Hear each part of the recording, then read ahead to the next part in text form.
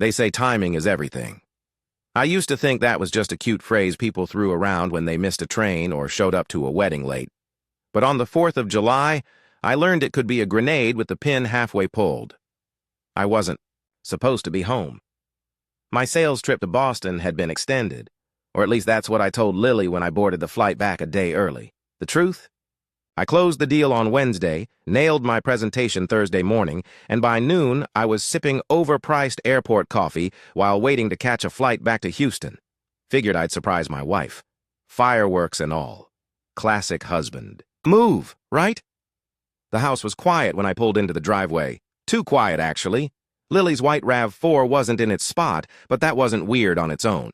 I assumed she was at Sophie's place, her best friend, the one who hosted themed parties like Glow and Prosecco or candle-making and Chardonnay. You know, the harmless kind of chaos women pull off in leggings and oversized sweatshirts. Unlocked the front door and stepped inside. The scent of lavender from one of those plug-in air fresheners hit me in the face. Air was cool. Everything was clean, organized, like she'd done a quick sweep before heading out. I dropped my duffel near the couch, loosened my tie, and grabbed a beer. It was still early evening, so I figured I'd wait and catch her reaction. I had no clue her reaction would be the least interesting part of the night. Around 9:30, headlights crawled across the living room window. I stood by the kitchen counter, beer in hand, shirt half unbuttoned. The door opened and in walked Lily, mid-laugh, phone in one hand, purse in the other, keys dangling from her fingers like they weighed nothing. She didn't see me at first. She was too focused on the phone call. Sure, I had fun, but you know how things are. It's not that simple, she said, letting the words fall out like they were part of some movie I wasn't invited to watch. I cleared my throat. Loud enough? She froze. The phone slipped from her ear and she looked up like she'd just seen a ghost in boxer briefs and boat shoes. Matt? Her voice cracked just enough to make my instincts start doing push-ups. Surprise, I said, raising my bottle like I was offering a toast at a wake. Her smile kicked in, fast and bright. Too fast. That's how I knew something was off. Lily's charm wasn't just natural, it was strategic. She could sell wool coats in the desert if... She smiled the right way. And right then she was all teeth and sunshine. Oh my God, I thought you were coming back tomorrow. You scared the hell out of me, she said, tossing her keys onto the counter and walking over for a hug. I noticed she didn't end the call, just pressed the screen button to darken it. Deal closed early. Thought I'd surprise you. Happy Independence Day, she laughed. Kissed me, asked if I'd eaten. Said Sophie's party was so loud and so stupid, but that she stayed to be a good friend. I watched her talk. Everything she said was dressed up in glitter and good intentions, but something in her eyes kept checking the rearview mirror. That's when the air changed for me. You know that feeling when you're walking upstairs in the dark and your foot reaches for a step that isn't there? That moment of weightless panic? I was living inside that moment, except I couldn't find the next step. Still, I smiled. Let her do her little "I missed you" speech. Let her pull me into the shower, where she ran her hands across my back, like she hadn't already washed someone else's scent off her skin. But here's the thing about surprise showers. You see things you're not supposed to see, and I saw it. A dark, oval-shaped mark on the inside of her left thigh. Not a bruise. Not a shadow. A perfect reddish-purple imprint in the shape of a mouth, well, more like a lowercase C, that didn't close. It was fresh, the kind of mark you don't get from furniture or yoga. I stared at it for a second too long. She caught my glance. What? She asked, all casual. Nothing, I lied, turning away as if hot water could rinse doubt from my brain. Later, in bed, I couldn't stop replaying the moment. She called it an old bruise from hitting the dresser. But the only time Lily ever bumped into furniture was when she was dancing in socks and 3 glasses of wine deep. And even then, she'd post a video about it on Instagram with a Bruno Mars song in the background. So around 2 a.m., I got dressed, packed my bag, and left. No yelling, no crying, no dramatic exit. Just one sentence before I walked out the door. Call. Me at noon tomorrow, and if your explanation makes enough sense, maybe I'll pick up. I checked into a cheap motel off I-45, the kind with flickering signs and vending machines from 1994. I laid on a mattress that felt like it had seen more divorces than sleep and stared at the ceiling fan until the sun came up. The mark haunted me, not just because of what it was, but because of how fast she covered it up with a lie, like she had rehearsed, like she'd done this before. And still, a part of me hoped it was nothing. Maybe she really had sat on a vacuum. Maybe there's a perfectly innocent reason someone ends up with a hickey in a spot you can only see if the towel slips just right. I didn't sleep, not because of heartbreak or cinematic agony, but because the motel's AC unit made a sound like a dying lawnmower, and the couple next door were either wrestling or moving furniture aggressively at 3 a.m. By 11:59 the next morning, my phone was already lighting up like a Christmas tree. 9 missed calls from Lily, 3 voicemails, deleted without listening, 2 texts from Sophie. That part surprised me. Now, I always thought Sophie was the human version of a piña colada, candle, pleasant in small doses but headache-inducing when left out too long. But her text said, "You need to talk to her. It's not what you think. Please, just hear her out." Which, let's be honest, is exactly what people say when it's exactly what you think. Still, I picked up on the next ring. Lily sounded like she'd run a half marathon through a car wash. "Oh my God, Matt. Thank you for picking up. Can we please talk? I didn't know what to say last night. I just panicked." I said nothing. Just let the silence stretch until it got uncomfortable. "Matt, it's not what you think," she added, breath hitching. "That's what Sophie said. Funny you two have matching scripts.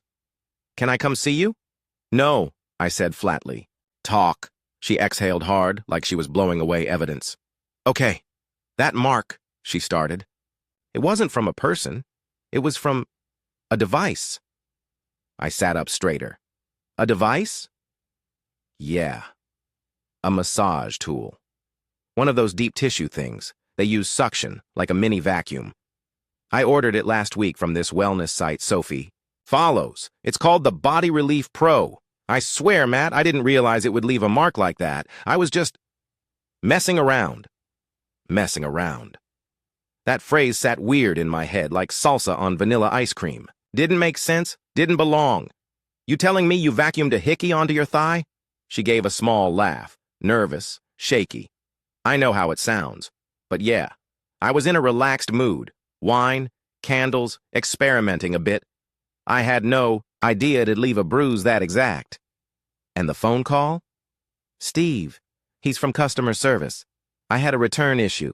Sophie told me she dealt with him before. He was following up." "You said it's not that simple." "That's what I heard. Because I was trying to explain to him that I hadn't used the product correctly. It's not a simple return. It's used." I was embarrassed, Matt. I leaned back against the motel headboard, which had a cigarette burn right where my shoulder blade landed. "Got the box?" "Yes. Instruction manual, too." I told her to send pictures. 10 minutes later, my phone buzzed with images of the sleek white box labeled Body Relief Pro, Deep Tissue Vacuum Therapy. It looked like something Apple would make if they went into the weird adult wellness market. The manual had diagrams. One in particular showed a person using it on their leg, circled in red ink. Still, I wasn't totally sold. "Lily, do you expect me to believe you gave yourself a suction bruise on your inner thigh during a candlelit solo spa night while talking to customer service Steve?" "Yes," she said without hesitation. "And I want to show you. In person."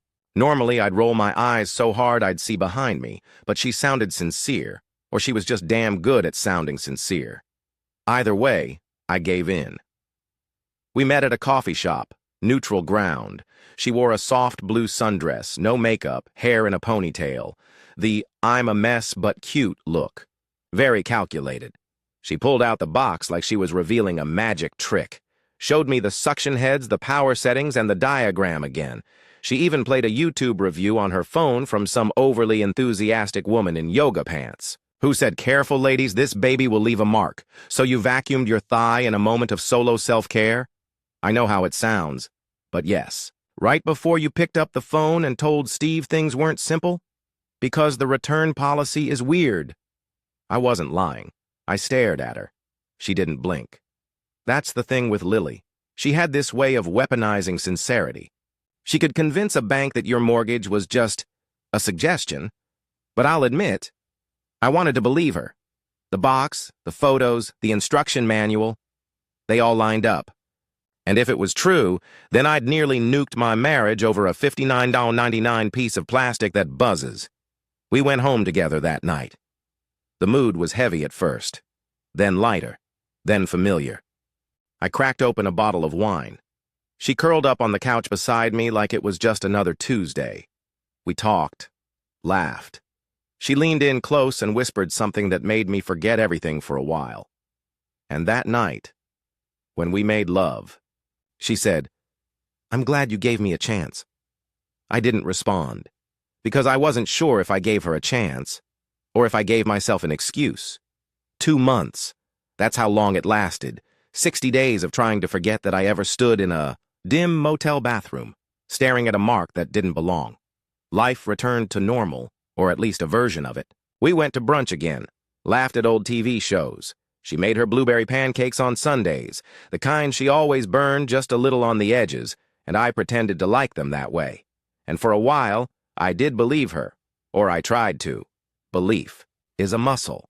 Keep using it, and it stops feeling sore, until the envelope came. It was buried in the week's mail, right between a pizza coupon and some real estate flyer promising to sell our house as is. The return address was typed in clean, bold letters, Body Relief, Inc., a name I now associated with half explanations and suction devices with too much ambition. The letter wasn't long. Dear customer, we're issuing a recall on units of the Body Relief Pro Deep Tissue Massager sold between July 6th and August 20th due to overheating and suction-related injuries. If you purchased your product within this time frame, please discontinue use and contact us for a full refund. I reread the date twice. July 6th. That was the launch date. And Lily had told me she'd used it on July 4th. I set the letter down on the table next to the salt shaker and just stared at it, while the ceiling fan did slow, lazy circles overhead, mocking me like some cowboy villain twirling his gun. Maybe it was a typo, a printing error. Maybe they'd started shipping units a week early. Or maybe, just maybe, my wife had lied right to my face, using a product that hadn't even hit the market yet. I opened my laptop, logged into our joint bank account. The first purchase from bodyrelief.com, July 7th, $59.99, confirmed. Shipping email, July 8th, delivery confirmation, July 10th. My heart didn't sink. It didn't need to. It just stopped bothering to float. Stood up, walked into the hallway closet, and pulled out the box she had so dramatically shown me, the one she claimed to have used 2 days before it even existed. I flipped it over. The sticker on the bottom read, Batch 214B, manufactured July 2023. That's when I knew. Everything, the manual, the YouTube review, the customer service, Steve, even Sophie's well-timed text, was a show. A choreographed illusion designed to patch a hole with duct tape and perfume. I didn't throw anything. I didn't scream. I just sat down at the kitchen counter and started flipping through the call logs on our shared cell plan. A little something she'd forgotten I had access to after we bundled our phones for a discount. The number from the night I got home early? Not Sophie. The number was registered to a prepaid burner line out of San Antonio. No name, no history. Just a ghost that called 3 times a week at random hours. I called it disconnected. Of course it was. So I did what any rational, well-adjusted man would do. I made a spreadsheet, call dates, purchase dates, timeline of lies, screenshots of her texts, the recall letter, the receipt, every thread, mapped out with the precision of a CIA file. Not because I wanted to confront her, I just wanted the truth in front of me, organized, color-coded, something I could see. Then I packed. I didn't make a big scene. No dramatic argument, no sleeping on the couch or slamming doors. I just picked up the essentials. My laptop, my passport, the antique chair my grandmother left me that Lily always said was ugly but sentimental. Everything. Else? Hers. Before I left, I slid a small cardboard box into the hallway. On top of it, I placed the recall letter, a printout of the bank statement, and a screenshot of the call log with the burner number highlighted. Tucked between them, I added a note. Handwritten, simple, clean. You wanted an explanation. I found one myself. No need to call, no need to lie. Just check the date on the receipt. Matt, and right on top of it, I placed my wedding ring. No box, no velvet, just the raw metal circle sitting in silence. Then I walked out.